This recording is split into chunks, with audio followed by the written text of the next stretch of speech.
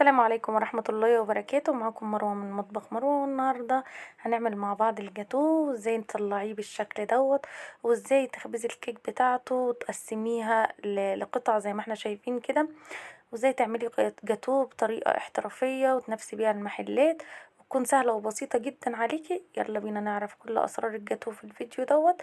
بس قبل ما نخش الفيديو بقى ما تنسينيش بلايك وشير وسبسكرايب للفيديو علشان يوصل لأكبر عدد من الناس.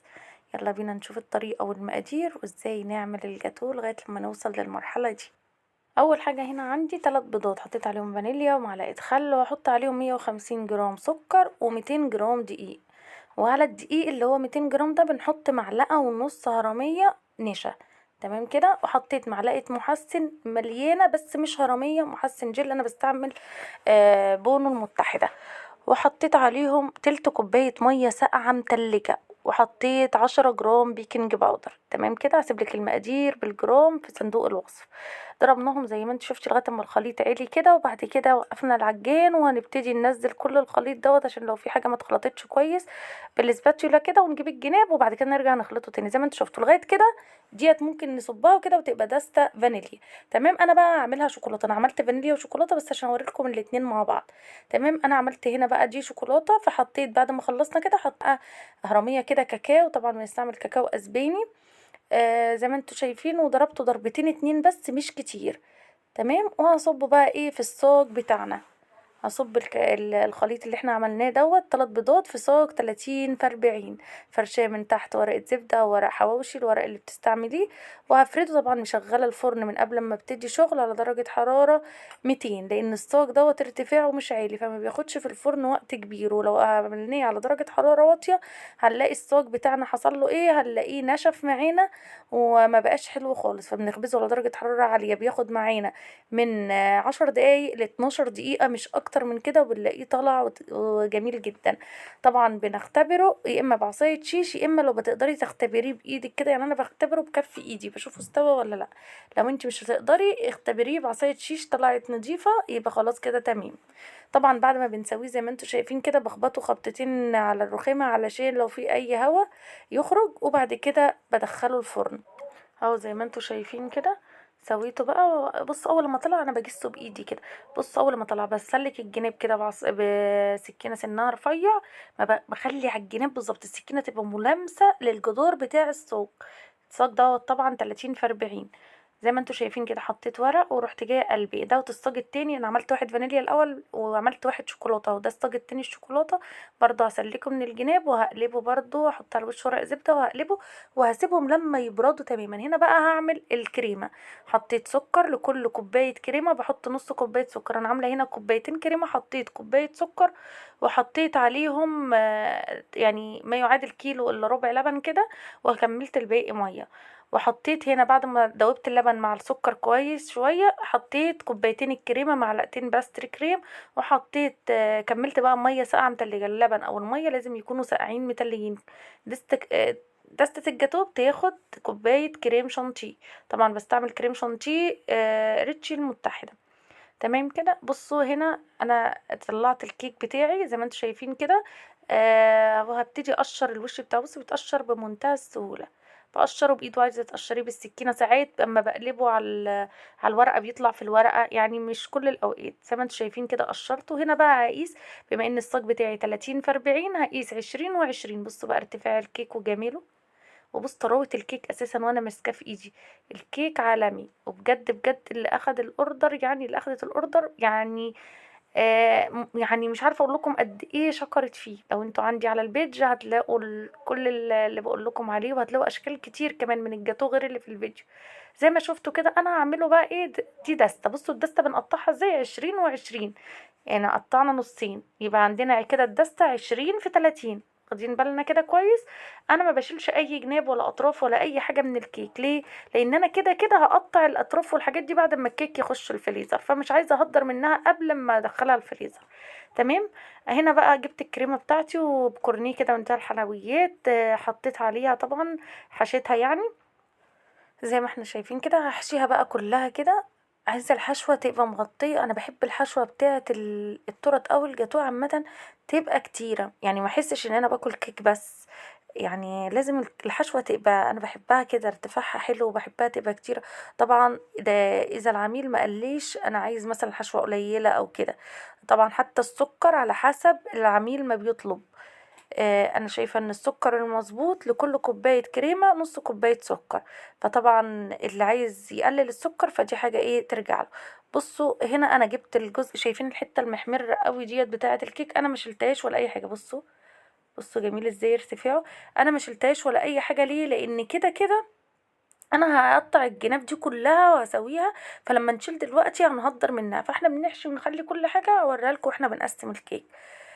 زي ما انتوا شفتوا كده خلصت بقى تجليس. وطبعا لازم تكون الجزء كله متساوي من تحت اللي احنا حاشينه عشان متبقاش حتة عالية وحتة واطية. وهنا بقى ابتدي طبعا بقية الكريمة اللي بقت ضربناها كويس جدا بالسباتشولا، وبعد كده هنبتدي نجلس بيها سطح ايه الكيك. طبعا لو في جزء من الكيك واحنا خابزينه ناحية واطية وناحية عالية، بنخلي الناحية مثلا لو الناحية واطية والناحية عالية، بنخلي الناحية الواطية مع الناحية العالية على الناحية العالية، والناحية العالية على الناحية الواطية، فاهمني؟ علشان يبقوا الاتنين متساويين. لكن ما نحطش جزئين واطيين مثلا، ده لو واطى مننا يعني. لو انا معرفتش اسويه في الصاج وخبزته وطلع مني كده، بحط ناحية واطية مع ناحية عالية عشان يدينا ارتفاع متساوي. تمام كده بقى. طبعا بجلس سطح الكيك كده علشان يبقى متساوي. وخلاص كده جلسنا الكيك. بصوا بقى ارتفاع قطعة الجاتو تحفة. الكيك ما شاء الله هاشش جدا جدا جدا. امشي على المقادير وعلى الخطوات هتعجبك قوي قوي قوي. هتطلعي احلى كيك ممكن تدوقيه. ديت بقيت الكريمه الكوبايتين اللي فضلوا معايا، حطيت عليهم كده معلقه كاكاو. طبعا انا بنخله لان الكاكاو بيبقى فيه تكتلات زي ما انتم شايفين كده. بنخله وهضربه ضربتين كده في العجان، وهبتدي بقى ايه احشي بيه الكيك الباقي. انا هنا هعمل دستتين جاتو شوكولاته، فخليت الديسك زي ما هو قشرته وكل حاجه زي ما احنا شفنا في الديسك الاولاني الفانيليا. وهبتدي احشي الديسك الشوكولاته كله لان انا هعمل دستتين، فخليت الديسك سليم. الديسك الفانيليا هعمل دستة واحدة فقسمته نصين، النص بقى 20 في 30 علشان هعمله دستة. هنا الدستتين الديسك زي ما هو 30 في 40. وهبتدي احشيه زي ما انتوا شايفين كده. هنا بقى هعمله شوكولاته، فبحشيه طبعا الكريمه حطينا لها كاكاو زي ما شفتوا. خدنا بالنا من تقسيمه. لو عايزين نعمل دستة، لو عايزين نعمل دستتين ان شاء الله فيديو تاني هعمل لكم. لو احنا عايزين نعمل من دستة واحده نص فانيليا ونص شوكولاته نعملها ازاي. تمام كده. هنا كده الجاتو بصوا من كل النواحي. لو حته حاسه ان هي ما حطيتش فيها كريمه كويس احط، لان لازم تكون النواحي كلها متساويه عشان لما اجي احط الديسك التاني ما يطلعش حته عاليه وحته واطيه. زي ما احنا شايفين كده. طبعا انا بسويه بالسكريبر عشان اضمن ان كله سوا واحد اهو. زي ما احنا شايفين كده هسويه طبعا بالسكريبر بتاعي لغايه لما الاقيه كله نفس السوا يعني اهو. زي ما احنا شايفين كده. الجاتو سهل جدا وبسيط، وبجد بجد الطريقة هتلاقوها ناجحة معاكم 1000000%. بصوا الديسك هنا لو انت مش تقدري تشيليه زي مرة واحدة كده، ممكن تقسميه اتنين وتروحي جاية حطوه. خلاص كده كنت حطيته في الفريزر مش اقل من 6 ساعات. طبعا انا كان عندي الاوردر دوت عملت الكلام ده كله قبلها بيوم. حطيته في الفريزر حوالي الساعة 2 بالليل كده، وقطعته على الساعة يعني بعد الظهر كده على الساعة 1. قطعته لما خلصت جزء من الشغل اللي انا بشتغله يعني. زي ما انتم شايفين جبت بقى من الفريزر على طول كده، جبت جيلو مانجا وحطيته كده على وش الكيك زي ما انتم شايفين، وجبت جيلو فراولة وعملت بيه نقط كده علشان اعمل بيه شكل زي الدمعة كده اهو. زي ما احنا شايفين كده هجيب خلة سنان بقى وهبتدي امشي بيه. بصوا بقى كده يديلنا زي شكل القلب كده او الدمع. بصوا اهو لقيت الحتت دي عايزة يتحط لها يعني عشان يبقى شكلها حلو اهو. امشي بيه كده بوصل واحدة بواحدة يعني بمنتهى السهولة اهو. وصل كذا واحدة بكذا واحدة كده اما نقطعها يديكي شكل حلو جدا جدا. ده شكل من ضمن الاشكال اللي تقدري تعمليها. بصوا الحروف بتاعة الجاتو دي ما بتترميش، دي بتتاكل بتعمل قباط زي ما انت عايزة. بس انا طبعا في معظم الاوقات وكل الاوقات عيالي بياكلوها ما برميش. بصوا احنا ما بنهدرش من الكيك حاجة خالص، ما بيطلعش منه بواقي قوي لان احنا خابزينه حلو جدا. اما بنيجي نخرجه من الصاج بنخلي السكينة ملامسة جدا للجانب بتاع الصاج علشان ما يطلعش كيك هدر خالص خالص. زي ما احنا شايفين كده. بصوا سوينا الجناب. هنا بقى الجزء دوت اللي هو فيه الجناب اللي تحسيها محروقه شويه، مش محروقه يعني هي واخده لسعه كده من الصاج، ديت مش بستخدمها. دي خلاص دي بتترمي. الباقي اللي احنا طلعناه ده اللي بناخده.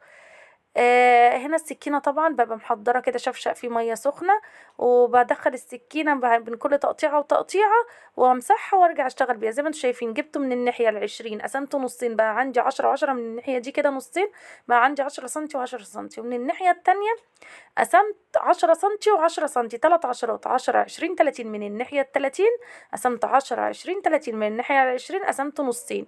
يبقى من الناحية ال30 تلات تقسيمات اهم، 3 قطع، ومن الناحية ال20 قطعة واحدة. هاجي بقى من ال3 قطع هقسم كل قطعة نصين. انا عملت هنا مثلثات، ممكن كمان نعملها مستطيل، وهنعمل مستطيل زي ما انتوا شايفين. المستطيل هتبقى حوالي، هتبقى يعني القطعة 5 في 10، انما المثلث هي قطعة 10 في 10 بتتقسم نصين زي ما انتوا شايفين كده اهو.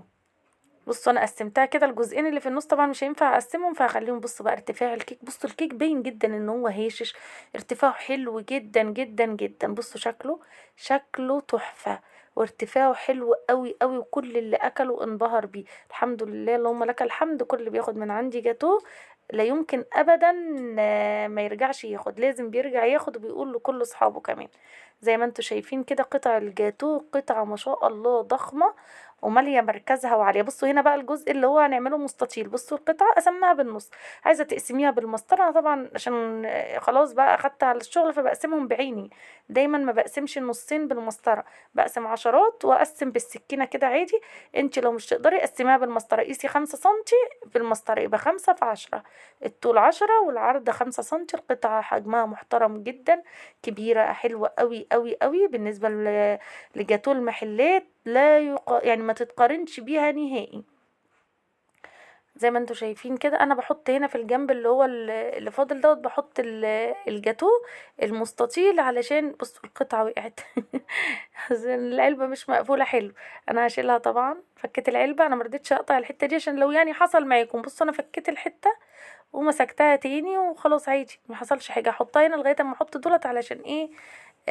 يعني احط جنبها. ودي مش عارفة كان في ايه حاصل النهاردة صراحة، بس ممكن من السربعة يعني، الحتة اللي اتلخبطت من الجاتوه دي انا هصلحها، او صلحتها الحمد لله هنا بقى حطيت كده القطع. بصوا ما شاء الله العلبة اللي انا حطيت فيها الجاتوه دي 30 في 30.